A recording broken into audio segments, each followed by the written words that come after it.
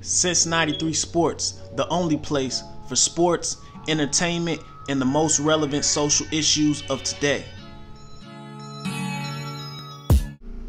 Alright, Since 93 Sports, back with another one. I wanted to touch on a topic that I really haven't seen anyone covering.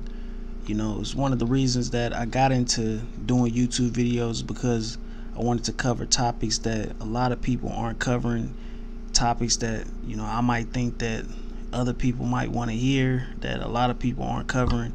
And I was sitting back thinking, in a lot of recent Mayweather interviews, he's been praising his father a lot. He's been saying that his father is the best trainer that he's ever had.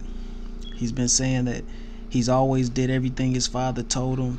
And, you know, I was sitting back wondering why this is, because as you all know, he had a rocky relationship with his father, especially after his father got out of jail. You know, he felt like his father abandoned him, and he always referred to Roger as the best trainer over his dad, and says that Roger made him. And everyone remembers the 24/7 episodes with leading up to the Victor Ortiz fight, when Floyd Mayweather got into it with his dad and he kicked him out the gym. He was trashing his dad's career, calling his dad a cab driver, you know, trashing him calling him a bad trainer, saying Roger made him. And by the time he came back out of jail, you know, Floyd was already 14-15 fights in. They was already in championship contention. Just all of this crazy stuff. And recently, Floyd's been really praising his dad. So, you know, the only thing that I can think of, you know, because you got to sit here and think of it, he didn't start trashing, or he didn't start bigging up his dad until Roger's health started declining. You know, we hearing all these stories about Roger getting lost in Las Vegas, walking from the MGM Grand home. Floyd was saying it was like 20 minutes, and he's losing his memory, and, you know, his speech is being slurred, even, you know, worse than it already was.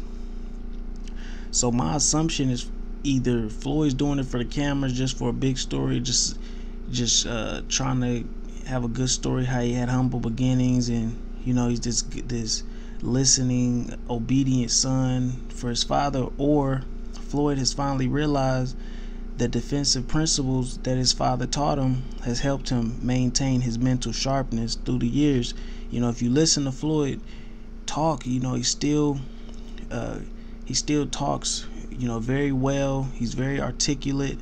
You wouldn't think that he was a fighter, and I think he's finally realizing that, looking at what his uncle's going through from all the boxing that he did. And I don't even think his uncle's professional career lasted as long as Floyd did, because it was one interview I was hearing, Floyd was saying that, I believe at some point he and his uncle was fighting at the same time. I'm sure it was the end of his uncle's career, but they was fighting. And from my opinion, he got most of his defensive principles from his dad, and his uncle taught him more of the offensive side.